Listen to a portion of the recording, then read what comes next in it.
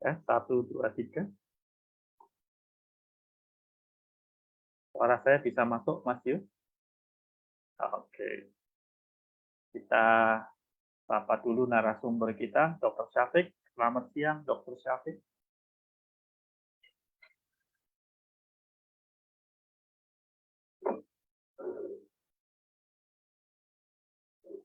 Oke, Dr. Syafiq lagi bersiap-siap. Kita tunggu sesaat. Selamat siang, Dr. Syafiq.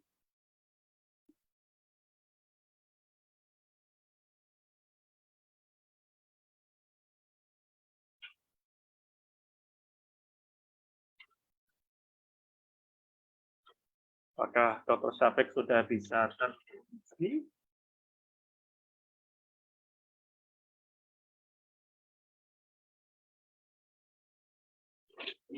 Ya, sambil tunggu teman-teman lain akan masuk bergabung dalam ruang Zoom kita hari ini.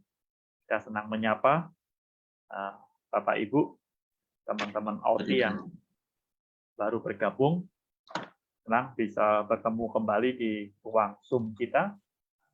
Ini setiap hari Sabtu pada pukul 13 kita punya acara seminar kesehatan ya. Kita akan membahas banyak aspek dari kedokteran timur yang sangat bermanfaat ya. Mudah dipahami, mudah dimengerti dengan narasumber kita yang selalu setia menemani kita, Bapak Dr. Syafiq ya. Selamat siang, Dr. Syafiq. Selamat siang. Bagaimana kabar hari ini? Baik, baik saja. Mantap sekali ya. Beberapa yang sudah masuk ada Ibu Ai, Ibu Rian. Selamat siang Bu Ai, bagaimana suara saya? Apakah cukup jelas didengar di Jakarta? Sebentar. Kedengaran Pak. Kedengaran ya. Wow, posisi di mana ini? Ini lagi jemput anak Pak. Oke, Bu Rian, bagaimana suara saya di Jakarta juga?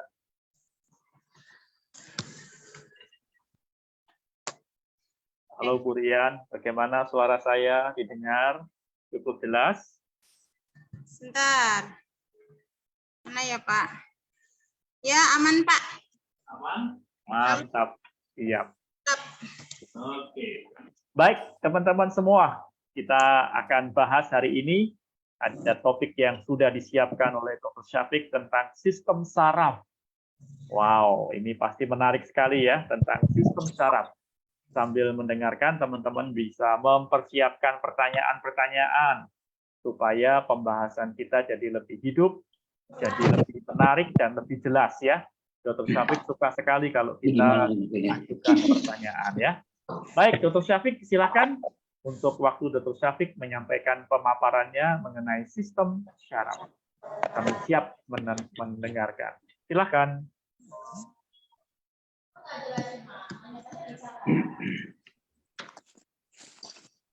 Selamat siang rekan-rekan sekalian. Kita akan membahas mengenai sistem neuroendokrin. Ini yang perlu kita ketahui, ya. Ini hal yang sangat penting. Jadi karena adanya air, maka terjadilah elektrolit. Nah, peristiwa terjadinya elektrolit dalam tubuh namanya elektrolisa. Dan karena adanya air, maka juga terdapat senyawa kimia. Bisa asam, bisa basa, bisa garam. Nah, ini namanya reaksi kimia. Nah, kedua proses ini, elektrolisa dan reaksi kimia, dikoordinasi oleh proses yang namanya elektrokimiawi, yaitu sistem regulasi, kontrol, dan koordinasi. Jadi kita akan membahas di sini. Kalau kemarin reaksi kimia, kita sudah membahas metabolisme. Nah, air akan membuat cairan tubuh. Dan karena ada cairan tubuh, maka tubuh terdiri atas ruang-ruang. Sel adalah ruang. Sehingga ada ruang intraseluler, ada ruang ekstraseluler, ada ruang transseluler. Sehingga dengan demikian sel-sel tadi ada substansi dasar atau matriks yang merekatkan antar sel. Jadi dengan demikian adanya air tadi bisa membuat cairan tubuh. Dan kondisi cairan tubuh ini sangat menentukan apakah kita sehat atau tidak.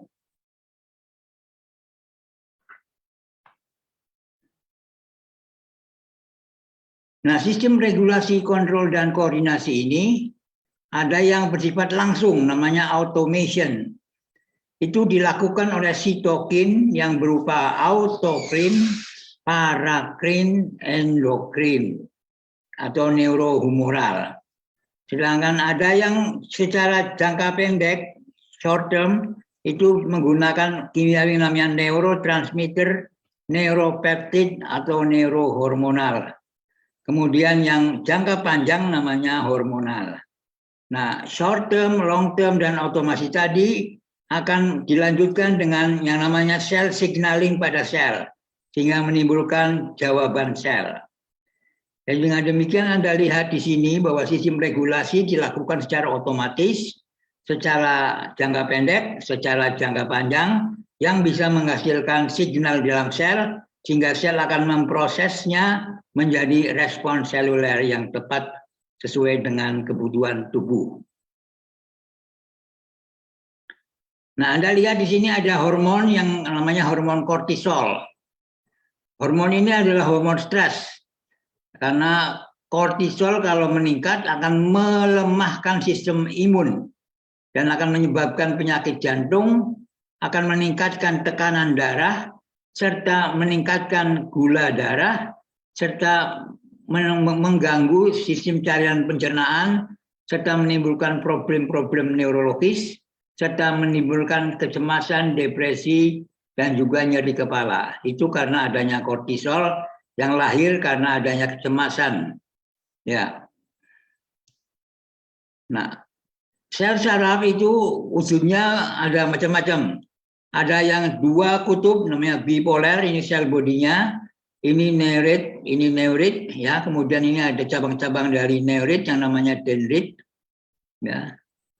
Sedangkan ada lagi yang namanya unipolar, jadi satu sel body tapi dua cabang, ya. Ini merupakan serabut neuron-neuron yang sifatnya sensorik atau neuron afferent yang menerima rangsang dari tepi menuju ke pusat. Kebanyakan neuron adalah bersifat multipolar, jadi banyak sekali cabang-cabangnya. Ada dendrit-dendrit di sini, dan ada yang panjang sekali yang namanya akson atau neurit yang panjang ini namanya multipolar. Sedangkan neuron-neuron yang ada di otak itu banyak pohonnya kayak gini, namanya ini badan selnya, ini cabang-cabangnya namanya sel-sel piramidal. Jadi ada 4 macam jenis saraf. Nah, setiap saraf itu mempunyai badan sel. Ini badan sel, di mana dalam badan sel ada dendrit-dendrit, tonjolan-tonjolan, ya. Kemudian ini ada inti sel atau pada somanya tadi. Kemudian ada akson yang dibungkus oleh swan atau mielin, rambut mielin, dan berakhir pada akhiran saraf, ujung-ujung akhiran saraf. Ternyata neuron-neuron itu dilengkapi dengan apa yang disebut dengan neuroglia. Jumlah neuroglia lebih banyak dari jumlah neuron. Sehingga dengan demikian mereka padat menjadi substansia alba yang berbentuk putih dan substansia grisea yang berbentuk abu-abu. Nah, neuroglia sel ini yang terdapat pada sistem saraf pusat ada bermacam-macam. Ada yang namanya astrosit, ada yang namanya sel epindem, ada yang namanya oligodendrosit, ada yang namanya mikroglia. Sedangkan pada saraf-saraf tepi namanya sel satelit atau sel squam. Ya, inilah neuroglia yang jumlahnya lebih besar dari neuron-neuron tadi. Nah, jadi sel-sel glia ini, ya, Anda lihat di sini ada oligodendrosit, ya, di sini juga ada astrosit yang melekat erat. Mikroglia di sini, ini lebih jelas ini, ya. Jadi sel-sel glia tadi akan membantu melekat sehingga aliran nutrisi darah kepada neuron bisa berlangsung, dan juga sel-sel yang glia yang lain bisa oligodendrosit, bisa akson terminal. Sehingga dengan demikian sistem saraf itu dibagi menjadi sistem saraf pusat dan sistem saraf tepi. Sistem saraf pusat, sistem saraf tepi ini dibagi menjadi ada yang motorik, ada yang sensorik, yang menerima stimuli dan yang menjawab stimuli. Nah, motorik ini ada dua, ada yang tidak disadari, sistem saraf otonom, dan ada yang disadari, misalnya sistem motorik. Nah, sistem saraf otonom ini ada tiga, ada simpatis, ada parasimpatis, dan ada enteric nervous system, adalah saraf yang berlangsung di usus. Ya, ini sangat penting sekali. Sedangkan yang sensorik ini bisa bersifat pada ganglion spinalis atau juga pada nervi cranialis. Sama ya, cuma ini pembagian yang lama karena tidak ada sistem enteriknya. Kalau tadi pembagian yang terbaru. Nah, ini saraf otonom, ada yang parasimpatis, ada yang simpatis. Simpatis berlangsung pada siang hari untuk fight and flight, ya, untuk bersiap siaga, menyerang atau lari dari masalah. Anda lihat di sini dari mulai mata, kemudian saliva, kemudian jantung, kemudian pembuluh darah, lambung, liver, dan juga kandung kencing semuanya bekerja karena adanya sistem saraf simpatis tadi. Sedangkan yang parasimpatis juga mengenai pada mata, pada saliva, pada jantung, pada paru-paru, pada lambung, dan juga pada kandung kemih. Pada siang hari, fight or flight response. Ya, siang hari tubuh akan mata menjadi tunnel vision, kemudian paru-paru menjadi cepat nafasnya, otot menjadi kuat, menjadi tegang, sedangkan liver akan mengubah glikogen menjadi glukosa, namanya glikogenolysis. Kemudian vesika urinaria menjadi rileks, kendor. Kemudian otak akan membuat signal terhadap kelenjar adrenal. Telinga akan menguatkan sistem pendengaran, sedangkan detak jantung akan cepat, lambung akan melambatkan pencernaan di lambung, serta adrenal akan menghasilkan hormon-hormon yang dihasilkan oleh adrenal atau kelenjar anak ginjal, sedangkan tangan akan bergetar. Ini karena respon simpatik, yaitu flight or fight respon yang terjadi pada siang hari. Inilah refleks. Jadi dari kulit ada serabut sensorik namanya afren, kemudian badan selnya di ganglion spinale ini, kemudian masuk ke cornu anterior posterior dari medulla spinalis di sini, kemudian dilanjutkan dengan interneuron di sini, kemudian dilanjutkan dengan neuron afren yang menuju ke otot. Sehingga dengan demikian kalau ada rangsang maka otot akan bergerak. Ya. Nah, sistem-sistem saraf ini ternyata juga menghasilkan cairan kimia yang namanya neurotransmitter. Pada ujung-ujung akhir dari saraf akan keluar neurotransmitter. Nah, saraf-saraf yang sifatnya somatik yang ada pada tubuh itu mengeluarkan neurotransmitternya adalah epinefrin, yaitu untuk otot polos. Sedangkan saraf simpatis tadi yang siang hari tadi itu selain pada ujung pertama menghasilkan asetilkolin, sedang pada neuron berikutnya menghasilkan norepinefrin. Sedangkan ada juga yang menghasilkan asetilkolin pada glandula adrenal, kemudian epinefrin dan norepinefrin kepada pembuluh darah. Sehingga ini sampai kepada kelenjar-kelenjar.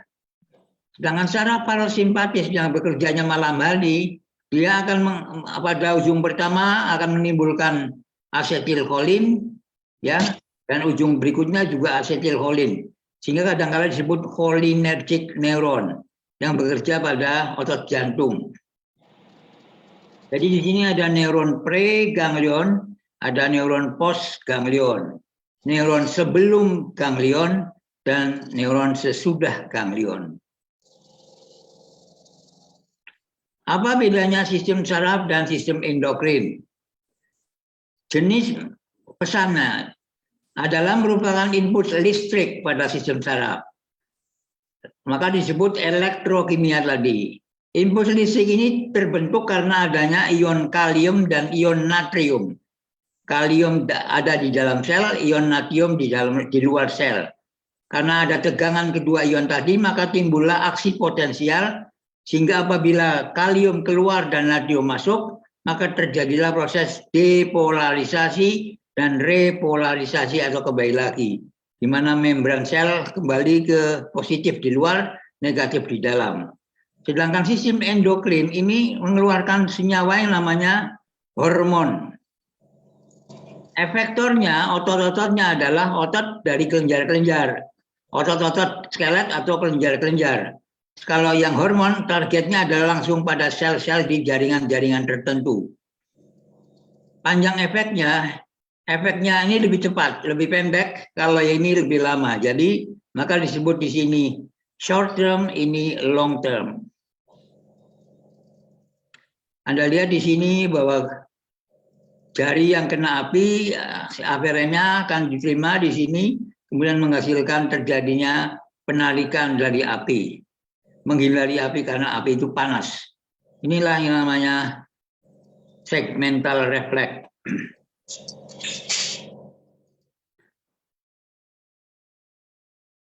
Nah, refleks-refleks itu ada dua, ada refleks bawaan dan ada refleks spinal. Nah, refleks-refleks bawaan ini timbul karena pertumbuhan. Ya, misalnya di sini refleks-refleks dapatan pada bayi yang berkembang, dan sedangkan refleks-refleks dapatan ini dihasilkan oleh karena proses adanya sinyal-sinyal yang masuk ke medula spinalis atau proses yang masuk ke dalam otak. Sehingga dengan demikian dia menghasilkan efek refleks yang somatik, yaitu refleks pada tubuh, misalnya kontrol skelet, kontraksi otot skelet, atau juga menimbulkan refleks-refleks regang dan superficial.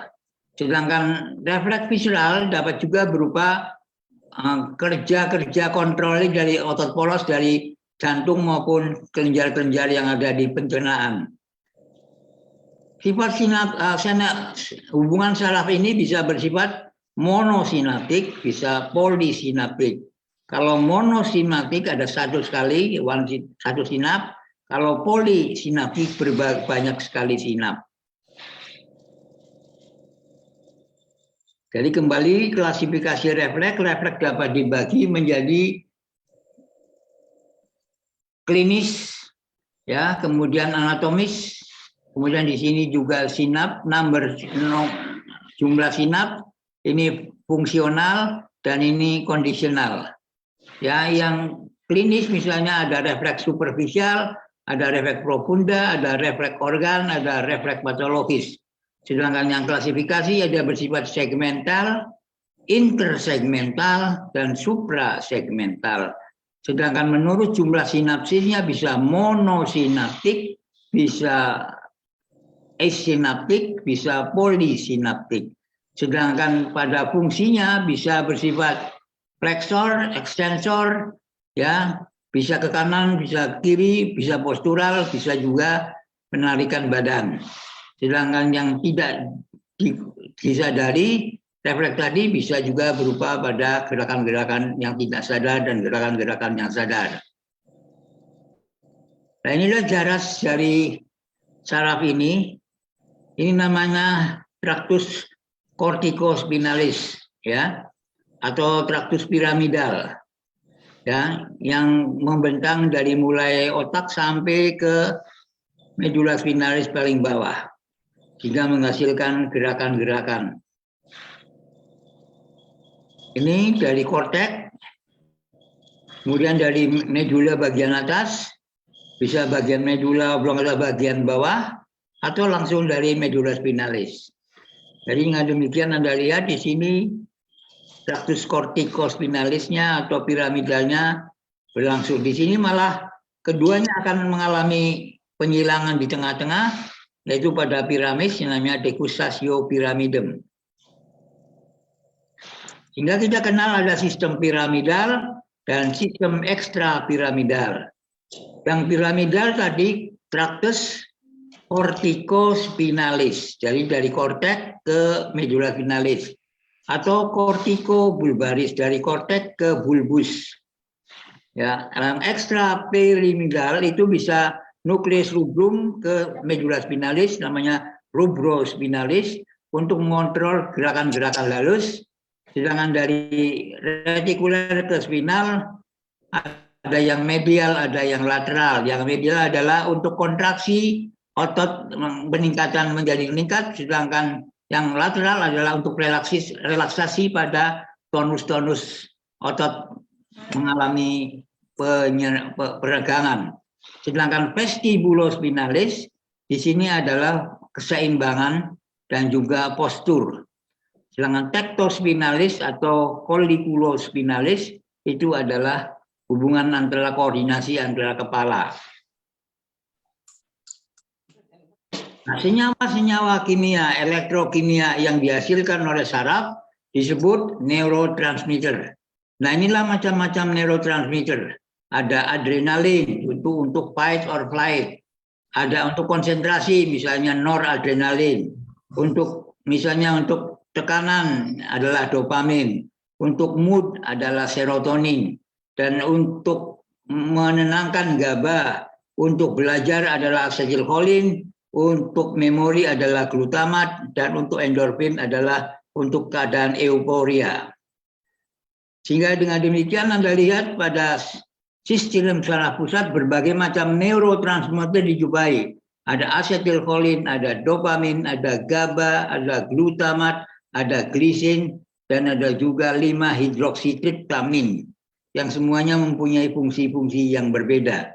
Tetapi yang penting kita ketahui memahami bahwa kelenjar-kelenjar pada tubuh kita ini bisa mulai dari glandula pinealis, ada hipotalamus, ada glandula hipofise, ada glandula tiroid, ada glandula paratiroid, ada thymus, ada adrenal gland, ada pankreas, ada ovarium, ya, ada testis pada laki-laki. Semua kelenjar-kelenjar tadi menghasilkan hormon.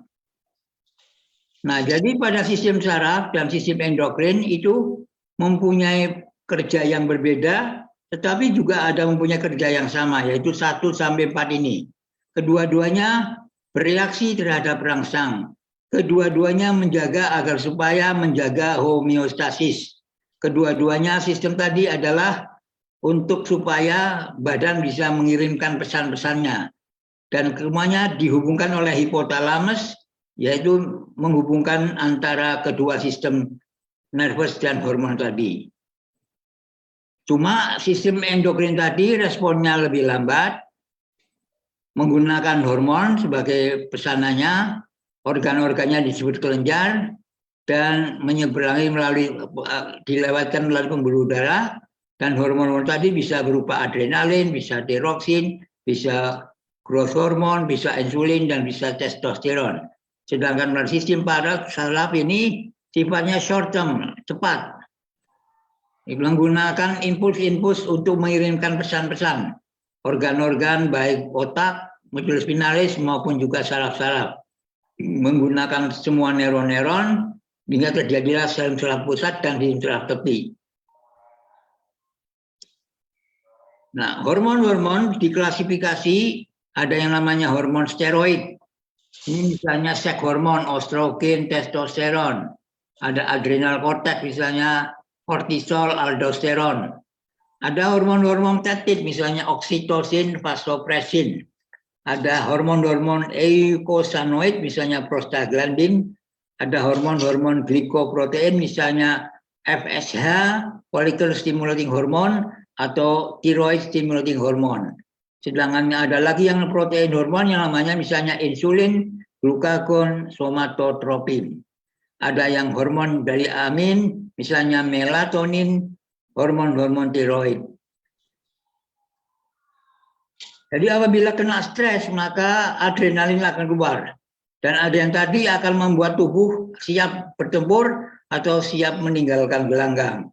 Sehingga terjadilah di sini peningkatan kecepatan jantung dan tekanan darah. Dan juga menghasilkan kortisol. Kortisol tadi menyebabkan respon ketakutan.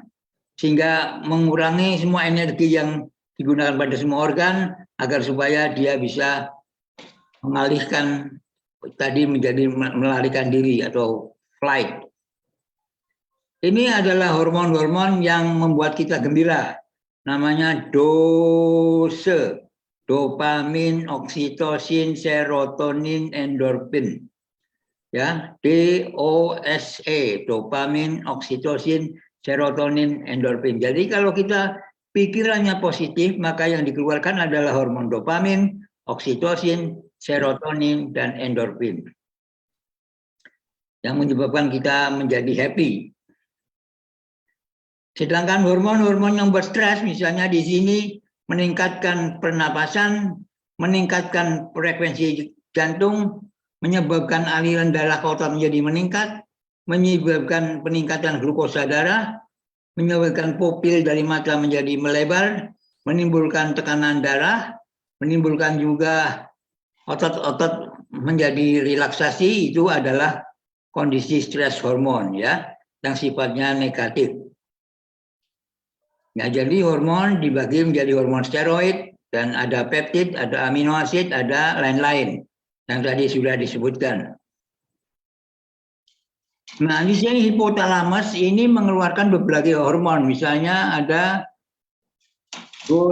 growth hormone releasing hormone, kemudian ada corticotropin releasing hormone, ada thyroid releasing hormone, ada gonadotropin releasing hormone, ada prolaktin releasing hormone. Jadi hipotalamus mengeluarkan hormon rilis, memacu hipofise untuk mengeluarkan hormon, atau inhibing ataupun menghambat. Jadi fungsi hipotalamus adalah memacu hipofise untuk mengeluarkan hormon atau tidak mengeluarkan hormon. Nah, hipofise ini ada dua, ada hipofise depan anterior dan hipofise posterior. Hipofise anterior mengeluarkan hormon-hormon TSH, thyroid stimulating hormone, growth hormone, adenocorticotropic hormone, ada prolaktin. Sedangkan yang posterior menghasilkan dua hormon, oksitosin dan vasopresin.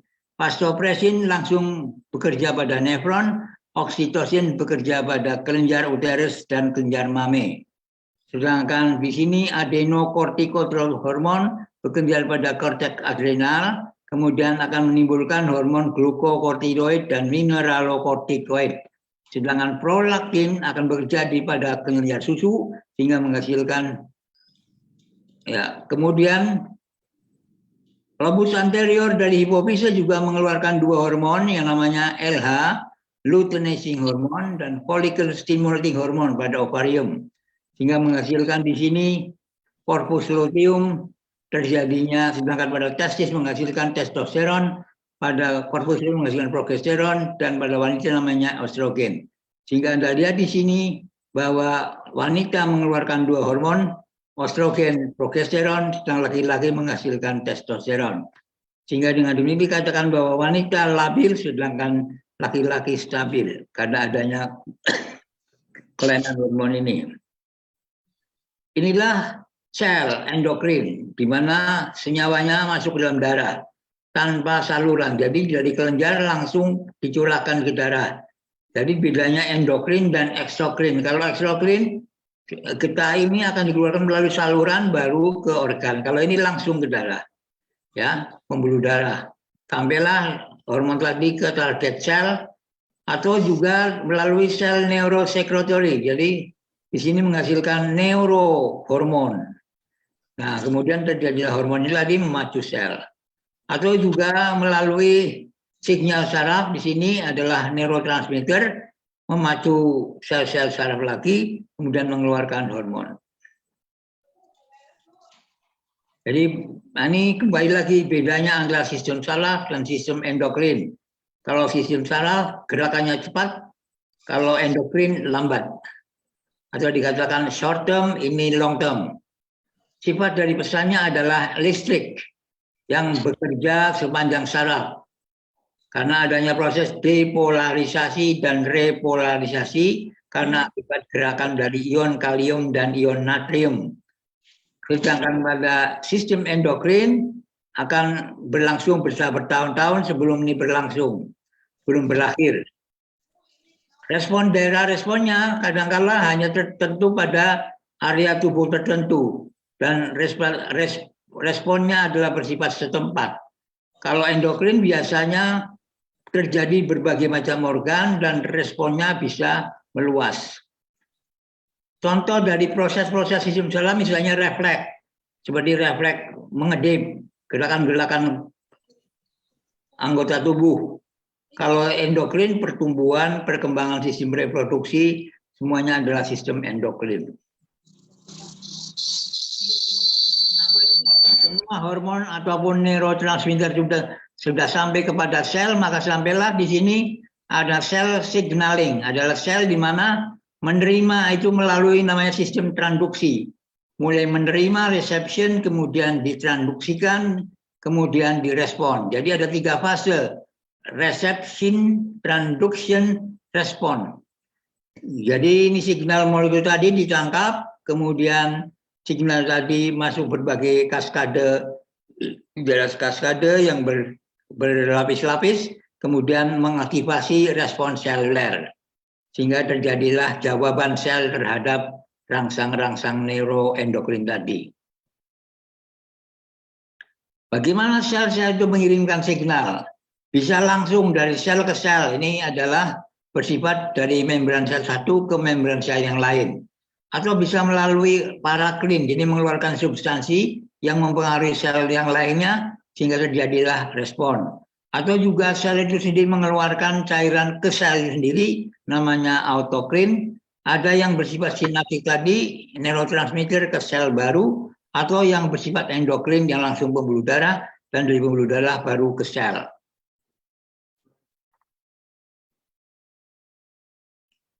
Inilah program-program yang terjadi kalau respon-respon seluler yang terjadi apabila terjadi menerima signal tadi.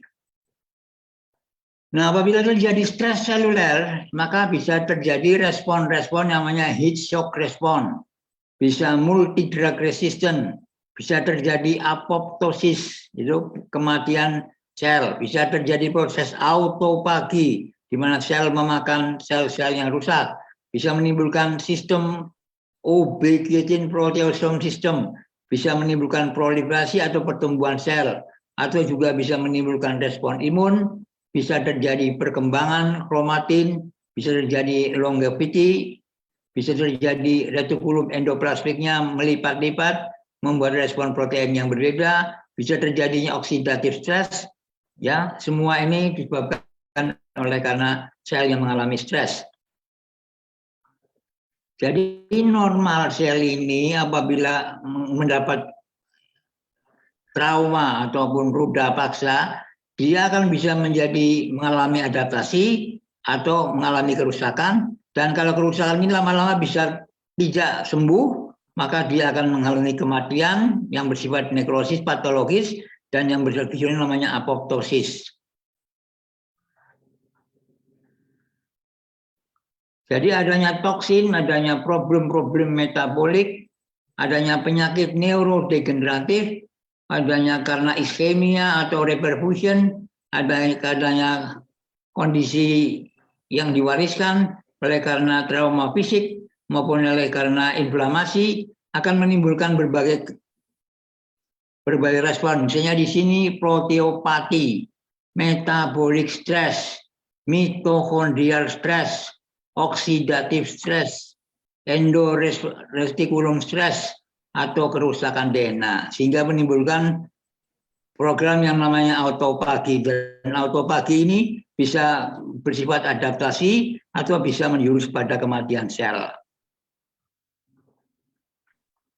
Jadi apabila ada injury, maka sel mengalami injury tadi akan mengalami adaptasi dan bisa menghasilkan adaptasinya bisa hipertrofi, bisa hiperplasi, bisa atrofi, bisa metaplasia, bisa anaplasia. Sedangkan kalau tidak bisa kembali, maka akan terjadilah nekrose ataupun apoptosis.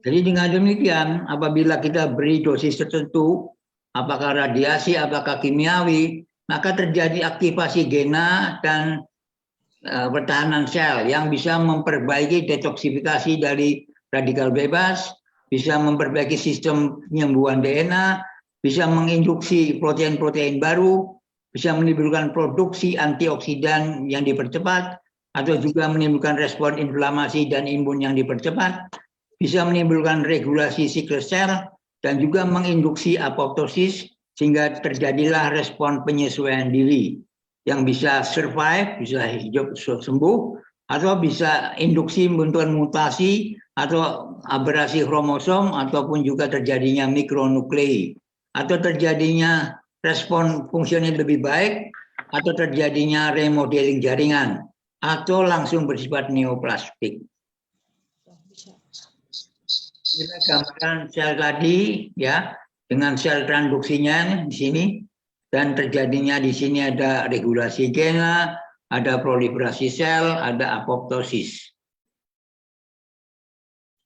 Nah, respon seluler ini merupakan proses biologis yang kemungkinan bisa berupa satu, perubahan gena, kedua, aktivasi enzim, ketiga, pembentukan protein, keempat, proliferasi sel, 5, pertumbuhan, 6, diferensiasi, 7, perbaikan imun, reparasi jaringan, hemotaksis, kontraksi, 11, regenerasi, atau juga perluasan tumor. Anda lihat di sini gangguan metabolisme sel karena sinar ultraviolet, karena radiasi ionisasi, karena exposure kimiawi, atau oleh karena kesalahan pada proses replikasi akan menimbulkan kerusakan DNA. Dan kerusakan DNA ini akan menyebabkan gangguan siklus sel, yaitu pada checkpointnya, atau juga terjadinya program aktivasi transkripsi, atau terjadinya perbaikan DNA, misalnya terjadi perbaruan, adanya ini, serta atau terjadinya apoptosis, yaitu kematian sel secara fisiologis. Jadi inilah gangguan di mana sel respon sampai kepada kerusakan DNA. Jadi dengan demikian, sistem stres ini mulai dari stresor yang bersifat psikologis atau stresor yang bersifat fisik akan menimbulkan stres respon, menimbulkan langsung hipotalamus, hipofise, adrenal aksis, atau saraf simpatis, ya adrenomedullary aksis. Kemudian melalui mediator terjadilah reseptor spesifik yang menuju ke otak, kemudian menimbulkan perubahan seluler yang terjadi hingga timbullah terjadi excitability seluler yang terganggu, atau neuronal plasticity, atau synaptic plasticity, hingga menimbulkan perubahan fisiologis dan perubahan perilaku sehingga terjadilah proses adaptasi. Demikian Pak Radit yang telah saya jelaskan mengenai sistem regulasi ya neuroendokrin. Oke, siap Dr. Syafiq. Terima kasih untuk pemaparannya ya. Wow, cukup lengkap ini ya pemaparan kita hari ini mengenai sistem syaraf. Ini menarik sekali ya karena sistem syaraf ini sangat terasa pada kita ya. Nah, sekarang kita buka untuk sesi tanya jawab. Kalau Bapak Ibu atau teman-teman AOTI ada punya pertanyaan, silakan untuk menanyakan mengenai apa yang baru dipaparkan atau dijelaskan oleh Dr. Syafiq mengenai sistem syaraf. Oke, siapa penanya pertama? Saya, Pak. Silahkan. Ya, Pak Syafiq. Tadi kan dijelaskan bahwa sistem saraf itu ada sistem saraf simpatik sama parasimpatik ya, Pak ya. Nah, yang simpatik itu salah satunya yang fungsi liver itu mengubah glikogen menjadi glukosa. Maksudnya bagaimana ya Pak ya? Jadi sistem ini, sistem autonom adalah sistem yang tidak kita sadari tapi terjadi dalam tubuh kita. Bersifat untuk siang hari, yaitu selalu waspada untuk menghadapi masalah atau lari dari masalah. Nah, untuk menghadapi masalah seperti tadi, maka terjadilah proses-proses di dalam liver di dalam hati, jantung, dan sebagainya. Itu tadi. Jadi ada beda antara respon simpatik dan respon parasimpatik. Maka sistem parasimpatik itu selalu pada malam hari, yaitu untuk rest and digest. Untuk istirahat dan mencerna semua hal-hal yang terjadi pada waktu pagi hari atau siang hari. Jadi tubuh kita sudah tertata. Pada pagi hari sarafnya simpatis, pada malam hari parasimpatis. Jadi jangan merusak kerja sistem saraf ini. Jadi kalau malam hari istirahat, tidur. Jangan makan banyak-banyak karena yang sudah ada dalam tubuh aja belum dicerna sudah dikasih lagi. Jadi dengan demikian membuat lelah sel-sel tadi. Semua sel-sel ini sudah mempunyai peraturan yang dibuat oleh Tuhan. Jadi ada simpatis, ada parasimpatis. Kalau simpatis, Anda bangun pagi hari siap, ready untuk menghadapi masalah-masalah yang akan Anda hadapi pada pagi hari tadi. Dan dia siap, kalau ternyata lawannya lebih hebat, Anda siap menghindar. Itu simpatis. Tapi kalau simpatisnya terlalu berlebih-lebihan karena kerja Anda kerja hebat, maka lama-lama organnya lelah. Ya, maka namanya fatigue syndrome. Terutama adrenal gland atau kelenjar anak ginjalnya menjadi mengecil. Dan inilah akan menurunkan kemampuan tubuh untuk menjadi sehat. Jadi tolong kenalilah tubuh Anda pada siang hari dengan bekerja sesuai dengan apa yang sudah ada di kerja sel tadi. Untungnya sel-sel tadi tidak disadari. Kalau disadari Anda repot. Tapi pada malam hari try to sleep. Ya, try istirahat agar supaya sel-sel tadi bisa mencerna apa-apa yang dimasukkan ke dalam tubuh dan juga membuat relaksasi dari sel-sel tadi. Demikian, dari sistem saraf ini berguna untuk bisa menerima rangsang dan mengeluarkan rangsang jawaban secara benar tanpa menimbulkan masalah. Begitu? Saya Damayanti, paham? Iya Pak, berarti kan istilahnya sistem saraf ini yang kan dulu pernah saya dengar itu apa ya, yang sistem saraf yang di ekor saraf di tulang ekor itu dia sangat peranan penting ya Pak untuk kelangsungan tubuh itu Pak, yang waktu dulu saya ke Solo. Ada hubungannya nggak Pak? Tulang ekor. Iya kan ada sistem saraf yang di tulang ekor itu, dia kalau kita ada masalah di tulang ekor itu dia susah untuk apa ya, untuk mengembalikan fungsinya. Sangat penting gitu loh Pak. Tulang belakang itu adalah bagian dari sistem tulang di mana sistem saraf tadi berada medula spinalis. Ada sistem saraf sumsum yang medula spinalis. Di mana berjalan di situ, di mana dari medula spinalis keluar saraf-saraf tepi. Nah, ada nervus sciaticus, bisa terjadi HNP dan sebagainya. Jadi postur tubuh akan bisa menjepit sistem saraf dan menimbulkan masalah kalau salah posturnya. Maka gerakan-gerakan yang baik adalah gerakan-gerakan yang postural. Duduk yang baik, ya. Kemudian berdiri juga yang tegak. Jangan bungkuk, karena kalau bungkuk juga akan membuat otot-otot leher menjadi kaku. Dan kalau otot leher kaku, maka terjadi gangguan saraf juga di situ. Karena sarafnya bekerja terlalu banyak sehingga menimbulkan ketegangan otot, sehingga lama-lama terjadilah pusing kepala dan lain sebagainya.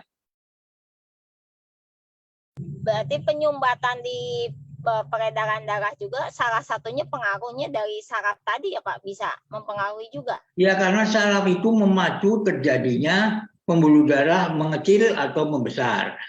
Namanya vasoconstriction atau vasodilatasi. Jadi dia akan melebarkan dan mengecilkan tergantung fungsinya. Nah, ini misalnya pada saat keadaan tegang, maka ini vasokonstriksi, darahnya dikecilin supaya tidak kehilangan banyak darah gitu loh. Kalau fase-fase vasodilatasi dilebarkan, ya darahnya lebih banyak. Semuanya tergantung fungsi organ-organ yang dibutuhkan. Apakah organ ini perlu darah yang banyak atau darah yang kecil? Jadi sehingga dengan demikian darah yang beredar itu tidak berlebih-lebihan dan juga tidak kekurangan. Semuanya dilakukan secara benar dan tidak merusak homeostasis tubuh.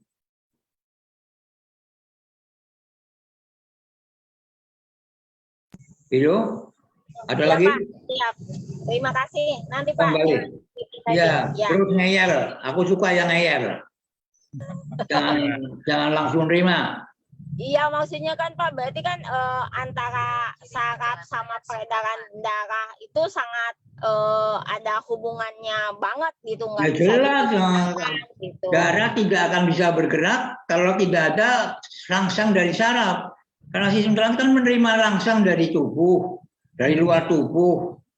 Sehingga dia akan terjadi, misalnya kondisi Anda terlalu lemah, maka terjadilah pucat, lama-lama Anda pingsan. Itu kan juga reaksi saraf. Lalu Anda pingsan, belum. Nah. Jadi sistem saraf sama sistem vaskuler ada kaitannya. Karena sistem saraf pergi ke semua sel. Entah itu sel jaringan organ, atau sel pembuluh darah, atau sel kelenjar-kelenjar, kelenjar eksoklin maupun kelenjar endoklin. Paham dah ini? Ya Pak, iya ya. Berarti kan saraf itu juga kalau endokrin itu untuk hormon. Berarti sama juga Pak, itu juga mempengaruhi sistem, ya semua ya Pak ya, mempengaruhi sistem hormon. Nah iya, hormon itu tanpa pembuluh darah juga nggak bisa pergi kemana-mana. Kan hormonnya dicurahkan ke pembuluh darah. Lah kalau pembuluh darahnya mengecil kan gimana itu hormonnya tidak bisa lari ke organ. Ya, maka dikatakan sistemnya regulasi dan kontrol tubuh. Semuanya berlangsung elektrokimia. Elektronnya melalui perjalanan zat saraf, yaitu melalui listrik, yaitu karena adanya ion kalium dan ion natrium yang keluar masuk. Ya, jadi ion berada di dalam sel, ion natrium berada di luar sel. Kalau ion kalium keluar di luar sel, maka namanya proses depolarisasi. Muatannya berbeda, di luar negatif, di dalam positif. Sehingga terjadinya kalau direkam dengan EKG, terlihat gambarannya. Gitu. Jadi elektrokardiogram itu merekam aksi potensial dari natrium kalium tadi. Sehingga bisa melihat apakah kelenjar ini membesar atau tidak. Dengan melihat gambaran grafik getaran tadi. Ya Pak, berarti Sutrisno ya Pak ya. Judulnya tetap itu ya Pak. Nah iya, jadi maka pentingnya kalau kita tidak tahu badan lebih baik positive thinking, jangan negative thinking. Karena sudah Anda tahu masalah, tahu-tahu memperberat masalah. Selesaikan masalah tanpa masalah, itulah pegadaian. Maka kamu badannya digadaikan. Oke. Cukup senyum. Jangan RGD. Positif terhadap tua. Semua proses adaptasi kita sangat hebat. Dalam kondisi jelek maupun kondisi baik, adaptasi kita menyesuaikan. Oke? Siap Pak. Terima kasih banyak Pak Safi. Kembali banyak. Banyak atau bebek? Banyak. Oke, nah tadi ada dalam sistem otonom, Dr. Safik ada parasimpatis, simpatis, satu lagi enterik. Nah, mungkin mohon dijelaskan ini. Nah, itu nanti topik baru. Oke, topik baru Tunggu enterik tanggal mainnya. Tunggu tanggal mainnya katanya. Namanya mikrobiom dan disbiosis. Oke, dicatat. Ya, karena ternyata kuman-kuman dalam pencernaan ini bisa mempengaruhi otak. Nanya lagi. Ya. Jadi kalau ususnya jelek, flora ususnya jelek, maka cara berpikirnya juga jelek. Karena ada sistem saraf yang dari usus mempengaruhi otak. Namanya gut brain axis. Tunggu tanggal mainnya. Ditunggu di Cirebon, Cirebon, Sungai Udang. Ya, Dr. Syafiq. Oke, Ya. topik berikutnya itu ya.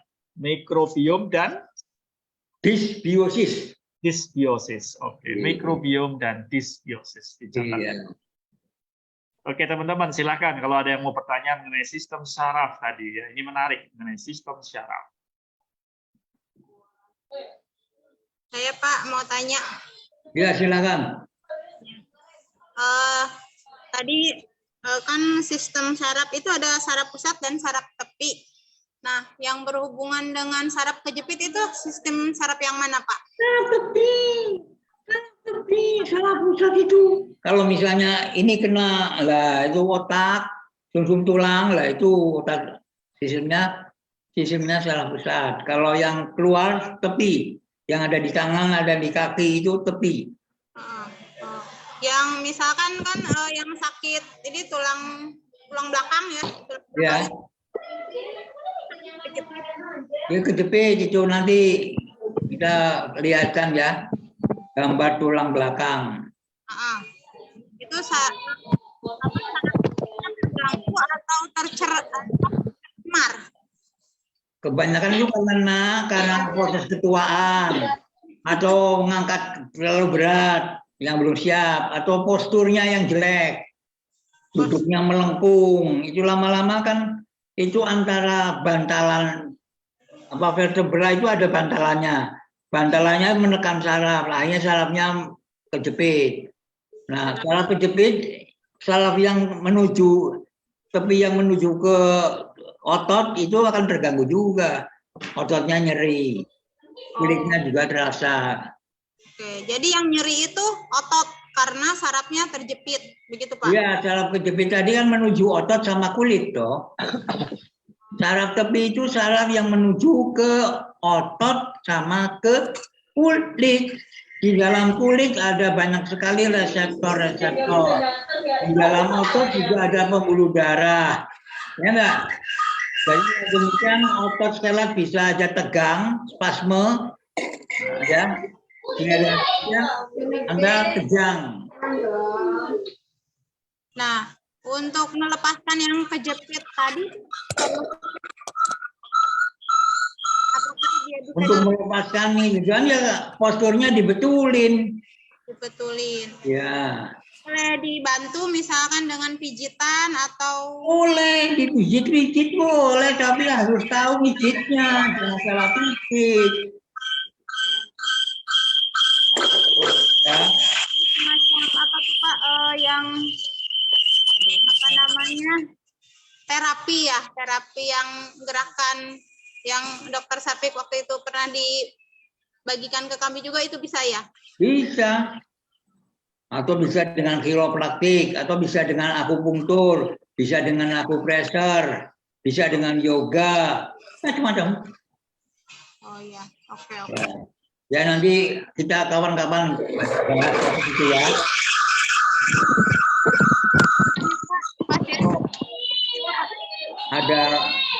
Ada sirene polisi tuh. Oh gitu. Oke. Oke Mbak Dia. Terus siapa lagi nih? Ya. Mumun. Mbak Mumun kok enggak tanya? Saya Pak. Ya itu. Ini saya mau nanya masalah keluhan saya sendiri ya Pak ya. Ya boleh. Sekarang nih lagi merasakan sakit di punggung belah kanan sini Pak nih, di sini. Ya. Sama di sini Pak sakitnya. Iya, itu pergi ke Seroja aja. Kenapa? Ke Seroja. Seroja iya. Kejauhan. Nah iya, atau panggil Pak Lade itu, kan dia bisa. Kenapa? Panggil Pak Lade dulu mijat tuh. Oh, pijat.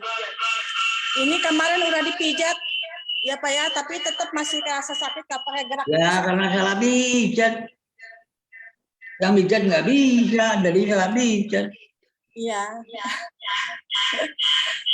Ya sama ini Pak ya, di bawah ini Pak nih, di atas perut nih, rasa sakit. Iya, itu semua hubungannya dari sini. Di sini nih, karena ini bisa ke sini. Iya, iya. Ya. Jadi orang kadang-kadang melihat dari depan, padahal masalahnya dari belakang. Ya apa sering bawa tas gitu Pak ya, laptop? Iya, maka kalau Anda bisa digini kan, tangan gini kan. Iya. Ya, di sini kemudian ada siku gini, tekan di situ. Oh, gitu ya. Gitu. Nah, ya betul. Ya, nanti gimana? Tiga tempat, di atas, di tengah, di bawah. Pakai sikut. Ya, sini, ya. Ya, Pak ya. Ya. Makasih. Sama kepalanya geleng-geleng. Ya, enggak, masalahnya kan saya tiap hari keluar bawa laptop digandong gitu di motor Pak, apa itu ngaruh dari situ? Iya bisa karena lelah ototnya. Ya betul ya.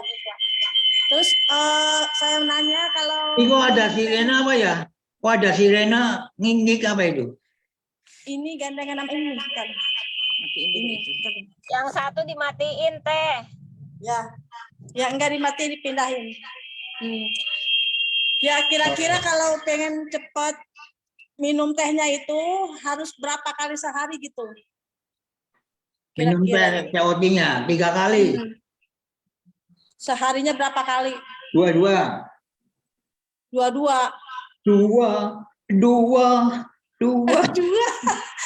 Mahal, Pak.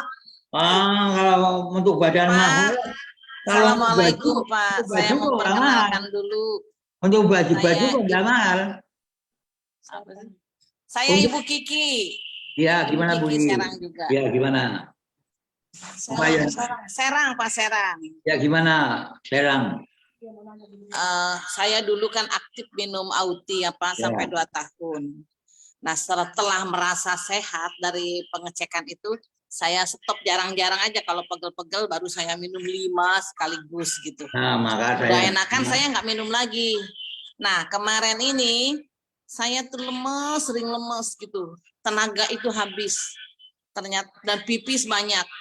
Ternyata saya gulanya tinggi sekali 440. Nah, saya berobat ke dokter dalam, terus minum obat, terus di rongsen semua gitu Pak. Jantung juga ada pembengkakan. Lalu itu kolesterol saya itu 207, harus ditekan sampai ke 70 untuk kolesterol jahat, apa yang 139 untuk kolesterol baiknya gitu. Ya. Jadi saya makan itu harus makan apa Pak? Nah, Anda karena salah meninggalkan Auti. Iya, itu udah saya terima. Nah, ya, jadi Auti itu adalah gaya hidup minum Auti selamanya. Sakit atau tidak sakit, enak atau tidak enak, minumlah Auti. Karena sewaktu-waktu kita selalu makan racun, posisi kita tidak baik, tulang kita menjadi tidak baik, tidur kita juga nggak teratur, pekerjaan kita juga naik turun. Maka minumlah Auti sebagai gaya hidup. Nanti kalau ke rumah sakit biayanya biayaan. Ya dong? Sekarang saya minum 2 yang premium, ditambah 1 gelas yang seduh. Itu disarankan sama Ibu Rian kemarin. Ya, teruskan. Dan yakin, ya. Ya, diteruskan. Ya. Lalu sekarang gula saya sudah 99, Pak. Iya, karena Auti kan bisa anti diabetes. Dan Auti obat juga dari dokter anti itu nggak saya kolesterol. minum lagi. Auti itu anti diabetes, anti kolesterol, anti kanker. Pokoknya SCTV deh. Satu untuk semua. Ya, Jangan bilang mahal, untuk baju aja mahal, untuk Auti kok mahal. Untuk kesehatan tuh sejuta lebih ya. Obat dokter juga 2 minggu 1.200.000 ya Dok ya Pak gitu. Penduduk Indonesia berapa? Apa saya jangan dimarahin, insya Allah saya enggak, saya nggak suka marah. Marah itu haram. Takut Pak, takut Baik. dibilang itu apa? Takut dibilang apa? Marah itu haram, Bu. Ya, Bu, marah itu dibalik haram. Marah kan dibalik haram. Jadi saya buat apa marah? Ya. Enggak marah Pak sebenarnya. Ya, Jadi nanti kalau saya itu kalau dikritik itu perasaan itu salahnya dalam banget gitu. enggak salah. Lumrah lah. Kadang-kala kalau sudah enak lupa diri. Yang biasanya minum tidak minum lah itu. Itulah godanya. Ya, lalu begini Pak, kalau kebiasaan saya itu kadang suka terapi yang pakai jetmet itu Pak, yang pakai inframerah itu, tapi betul merasa enak gitu. Belakang itu biasa seolah-olah apa itu kurang kekuatan gitu. Lalu saya pakai jetmet itu yang buatan Korea itu Pak, yang ada inframerah itu. Iya. Saya 15 menit itu udah terasa baik kan? Apa itu bagus Pak atau gimana? Nah, padahal OT itu memperkuat tulang, memperkuat otot. Lah kalau udah minum OT, kalau infrared itu kan hanya sementara. Kalau pas disinari enak. Habis itu ya kembali lagi. Paham? Minum selalu OT sebagai kebiasaan gaya hidup. Dan selalu minumnya pakai bismillah. Jangan pakai bis kota. Itu? Saya lupa judul. Ini kan saya dibelikan suami itu Metafiber. Ya, Pak, ini Metafiber. Apakah ini juga menjaga predator? Nah ya kalau ibu uangnya berlebih untuk beli macam-macam kayak gitu nanti akhirnya bingung sendiri loh ibu. Iya. Udah minum OT aja ngapain? One for all SCTV, satu untuk semua. Ya. Wah. Ya, sakit. Yakinlah. Hanya dengan OT beres. Ya Pak ya. Makasih Pak atas. Kurangi gulanya, kurangi nasinya. Dikurangkan Ya. nasi. Tidurnya yang cukup. Kalau tidur lampunya dimatikan, karena melatonin itu keluar sebagai antioksidan juga. Hormon melatonin itu yang mengeluarkan kelenjar pineal. Itu juga sebagai antioksidan. Ya, Bu. Iya. Kurangi gemuknya. Ibu kegemukan yuk. Gemuk 68 Pak. Jangan manis-manis. 180. Manisnya wajahnya saja, jangan manis gemuk. Ya, wajahnya manis. Iya. Itu ya. Yang juga manis. Lah yang mulanya itu. Oke, Ibu Kiki dari Serang, terima kasih untuk pertanyaan juga testimoninya ya, menarik ya. Dari gulanya 400 sekian bisa turun jadi 99 ya. Oh, itu karena OT ya, luar biasa ya. Baik, silakan siapa lagi yang akan bertanya? Saya kasih waktu beberapa menit ke depan. Masih membahas mengenai sistem saraf.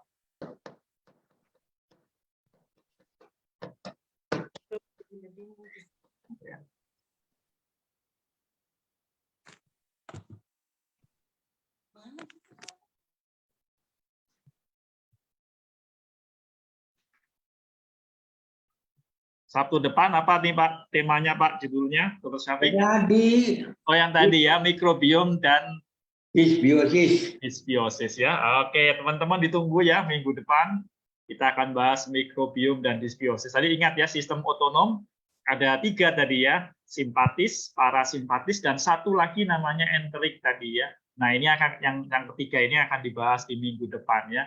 Kondisi usus kita rupanya juga pengaruhi kesehatan kita ya.